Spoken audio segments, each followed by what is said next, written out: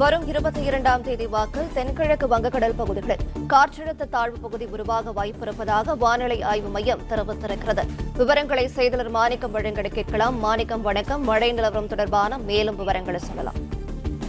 22ஆம் தேதி தென்கிழக்கு வங்கக்கடல் பகுதிகளில் உருவாக இருக்கக்கூடிய புதிய குறைந்த காற்றழுத்த தாழ்வு பகுதி புயலாக வலுப்பெறக்கூடிய வாய்ப்பு இருக்கிறதாக ஒரு கணிப்புகள் தெரிவிக்கப்பட்டிருக்கிறது.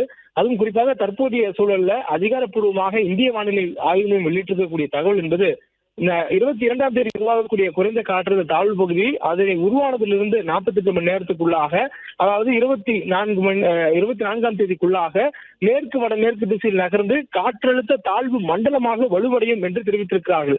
இதற்கு முன்னதாக இந்த குறைந்த காற்றழுத்த தாழ்வு பகுதி உருவானதுக்கு பின்னரான 48 மணி நேரத்தில் வலுவடைவதற்கான வாய்ப்பு இருப்பதாக மட்டுமே சொல்லப்பட்டு வந்தது.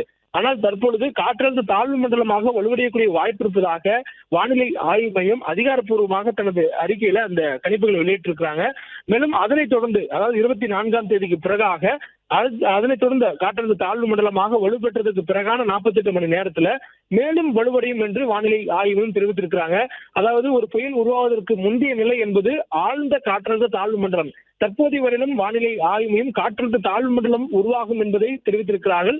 அதனைத் தொடர்ந்து மேலும் வலுவடைவதற்கான வாய்ப்பு இருப்பதாகவும் தெரிவித்திருக்கிறார்கள். இதன் மூலமாக புயலுக்கு முந்தைய நிலையான ஆழ்ந்த காற்றழுத்த தாழ்வு மண்டலம் என்ற நிலை வரையிலும் எட்டுவதற்கான வாய்ப்பு இருப்பதாக கணிக்கப்பட்டிருக்கிறது. ஆனால் இன்னும் காலங்கள் இருக்கின்றன. மேலும் அது நகரக்கூடிய திசை என்பது மேற்கு வடமேற்கு திசையில் இருப்பதனால் தொடர்ந்து அது கடல் பகுதிக்குள்ளாகவே நிலவக்கூடிய வாய்ப்பு இருக்கின்றது. இதன் காரணமாக அது மேலும் தொடர்ந்து நகரக்கூடிய திசையில புயலாக வலுப்பெற்று கரையை நோக்கி வருவதற்கான வாய்ப்புகள் இருப்பதாகவும் வானிலை ஆய்வு மையம் கணித்திருக்கிறாங்க. தற்போதைய சூழல்ல தென்கிழக்கு வங்கக்கடல் பகுதிகளில் ஒரு குறைந்த காற்றழுத்த தாழ்வு பகுதி உருவாகி அது 24ஆம் தேதி வாக்கில் காற்றழுத்த தாழ்வு மண்டலமாக வலுவடைந்து அதனைத் தொடர்ந்து 48 மணி நேரத்தில் மேலும் வலுவடையும் என்பது வானிலை ஆய்வு மையத்துடைய அதிகாரப்பூர்வ முன்னறிவிப்பாக இருக்கிறது.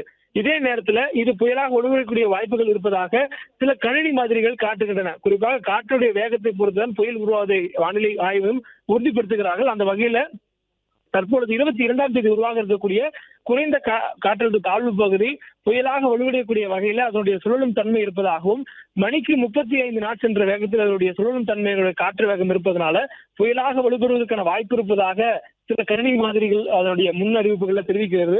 இதனால் தொடர்ந்து இந்த உருவாக இருக்கக்கூடிய குறைந்த காற்றழுத்த தாழ்வு பகுதிக்கான வானிலை காரணிகள் கண்காணிக்கப்பட்டு வருவதாக வானிலை ஆய்வு தெரிவித்திருக்கிறாங்க.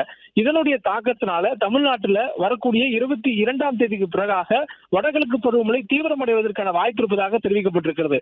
22ஆம் தேதி குறைந்த காற்றழுத்த தாழ்வு பகுதி உருவாகி மேற்கு வடமேற்கு திசையில் நகர்ந்து 48 மணி நேரத்தில் காற்றழுத்த தாழ்வு மண்டலமாக வலுவடையும். காற்றழுத்த தாழ்வு மண்டலமாக வலுவடைந்ததுக்கு பிறகாக அதனுடைய வலு காற்றினுடைய வேகம் சுழலும் தன்மை அதிகரிக்கும் என்பதனால தமிழ்நாட்டினுடைய கடலோர மாவட்டங்களில் வடகிழக்கு பருவமழை தீவிரமடைவதற்கான வாய்ப்பு இருப்பதாகவும் மற்ற தமிழக பகுதிகளிலும் பரவலாக மழை பெய்வதற்கான வாய்ப்புகள் இருப்பதாகவும் வானிலை ஆய்வு மையத்துடைய முன்னறிவிப்புகளில் தற்போது கணிக்கப்பட்டிருக்கிறது. மேலும் இது புயலாக உருமாறினால் அதற்கு சென்யார் என்ற பெயர் வைக்கப்படும் என்பதெல்லாம் முன்கூட்டியே தனியார் வானிலை ஆர்வலர்களால் தெரிவித்திருக்கக்கூடிய சூழல்ல வானிலை ஆய்வு மையம் இதுவரையிலும் அதிகாரப்பூர்வமாக